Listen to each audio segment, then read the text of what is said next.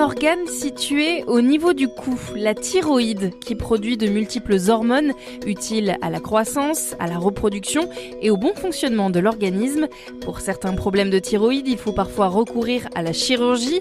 De quelle manière et avec quelles innovations? C'est le sujet de notre émission aujourd'hui. Parlons Santé en partenariat avec l'Hôpital Européen Marseille et la Fondation Ambroise Paré. Parlons Santé. Maude de Bourquenay, Dialogue RCF.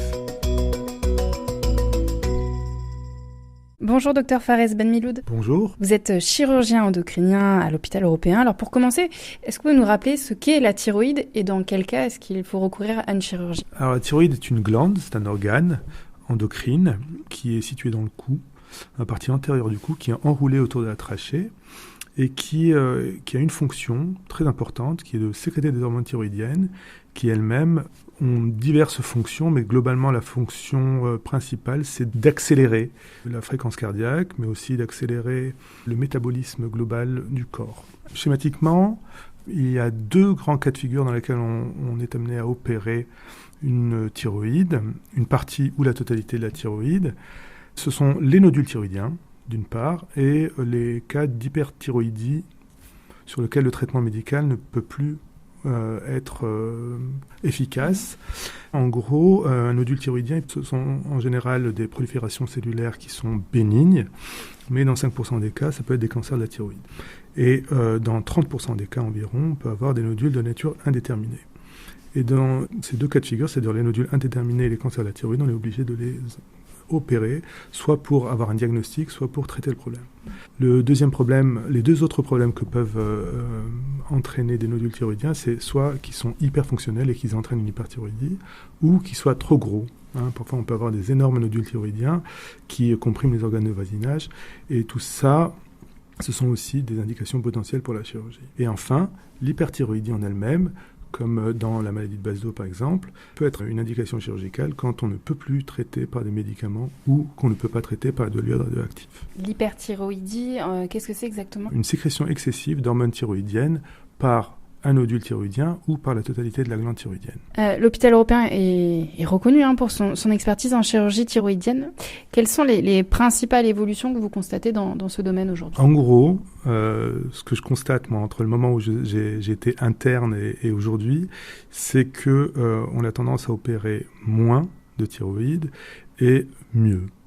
Alors moins parce que, du moins dans les centres spécialisés, on essaye de rester dans les recommandations et donc les indications chirurgicales sont moindres par rapport à ce que j'ai pu connaître dans certains services quand j'étais interne.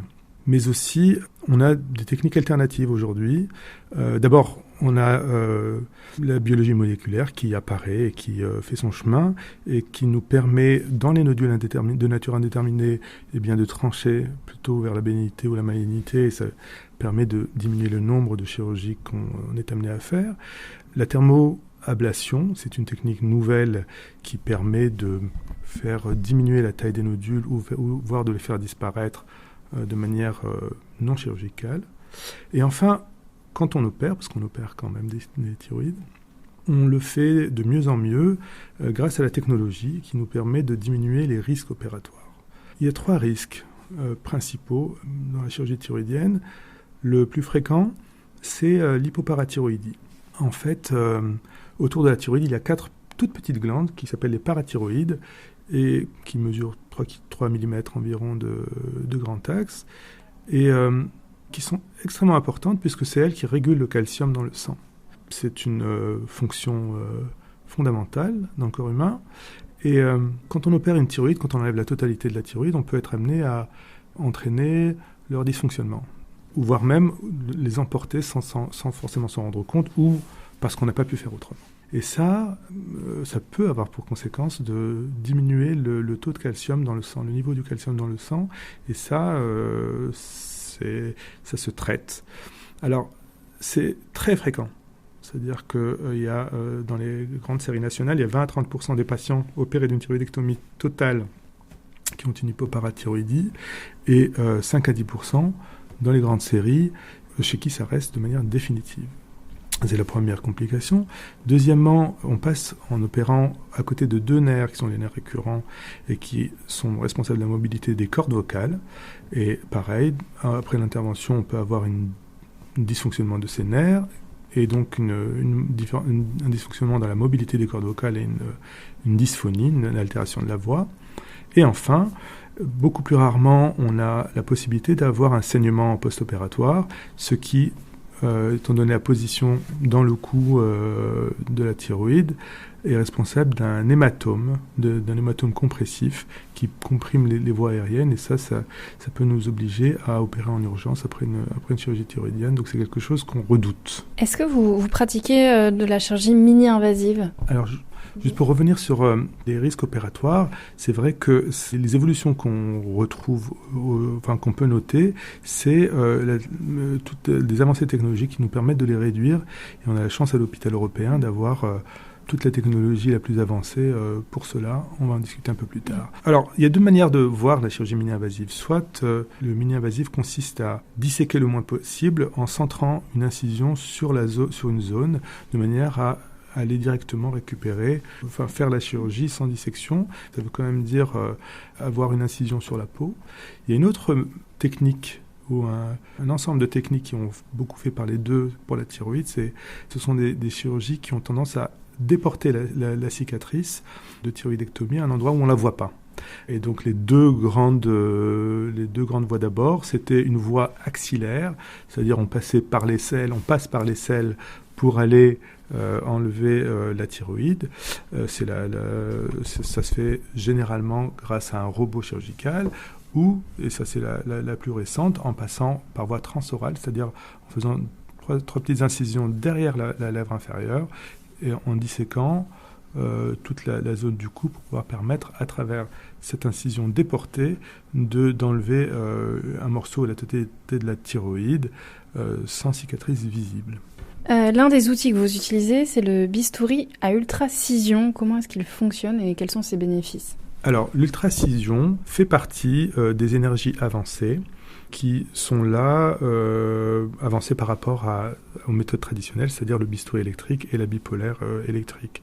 En fait, les pinces à ultracision sont des pinces hémostatiques qui permettent de pincer les vaisseaux. Hémostatique, juste. Hémostatique, ça veut dire qui coagulent, globalement, qui sont là pour arrêter le sang, hémostase. Et en fait, ce sont des pinces qui pincent les vaisseaux et qui permettent de les coaguler et de les sectionner. Alors, l'ultracision elle-même, c'est plus technique, mais il y a un des morts qui vibre de manière très rapide et qui permet en chauffant, ces vibrations chauffent et elles entraînent une fusion des tissus et une section des tissus. Donc l'intérêt, c'est qu'on va plus vite.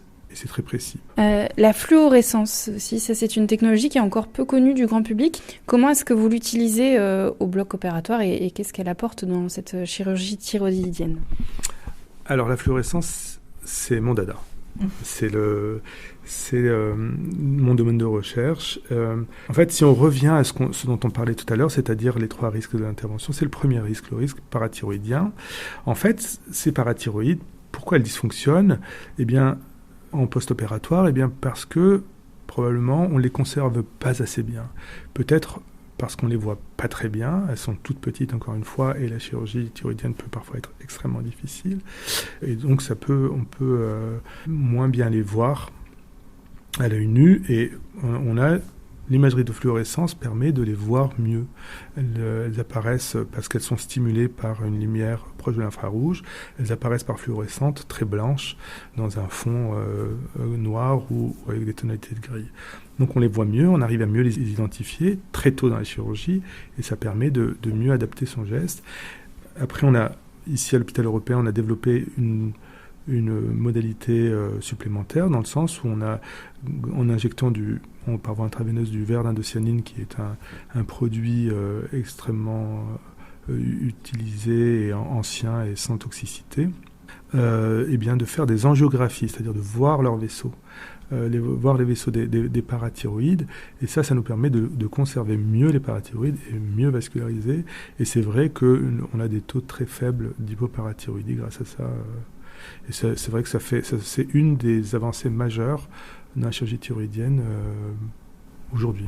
Il y a aussi le monitoring nerveux est devenu incontournable pour protéger le nerf récurrent. Comment est-ce que ce dispositif fonctionne et pourquoi est-ce qu'il est important ? Alors, c'est assez simple. En fait, le neuromonitoring du nerf récurrent consiste à stimuler le nerf récurrent en posant un stylet dessus et en le stimulant avec un petit courant électrique de très faible intensité.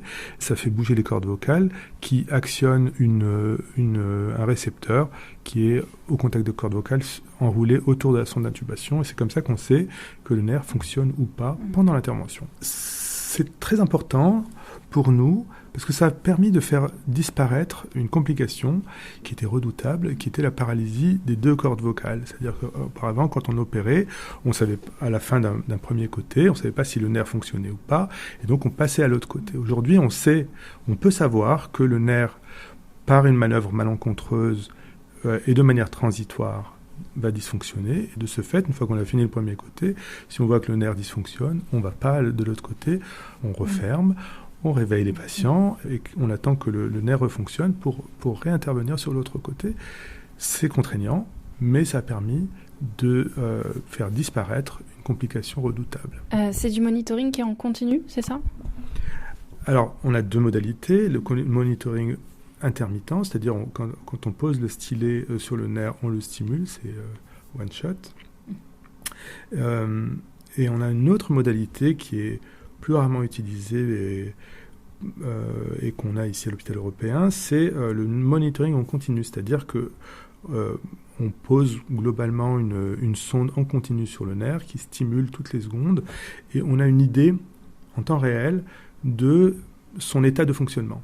C'est-à-dire qu'on n'a plus besoin de le stimuler et on sait surtout si les manœuvres qu'on fait sur la thyroïde le dérangent ou pas en continu. Et donc, quand on voit qu'en bougeant la thyroïde d'une certaine manière, on a une diminution de l'amplitude de ce nerf, on peut réadapter la chirurgie et ainsi prévenir en fait même les paralysies transitoires.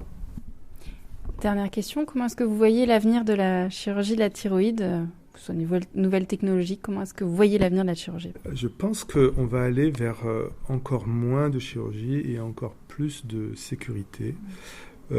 Peut-être que, pour ce qui est du caractère mini-invasif, peut-être que l'amélioration des robots chirurgicaux et leur accès amélioré va nous permettre de plus les utiliser. Mais surtout, ce qui m'apporterait, moi, c'est d'avoir, je pense, concernant les parathyroïdes et l'imagerie de fluorescence péropératoire, c'est vrai que c'est le domaine où on doit le plus progresser. Et j'imagine très bien l'intelligence artificielle couplée à de la réalité virtuelle, par exemple.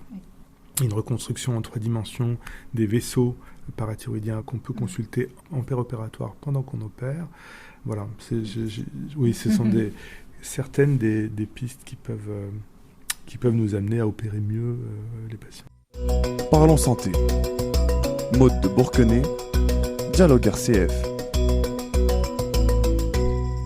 C'était le docteur Fares Benmiloud, chirurgien endocrinien à l'hôpital européen Marseille.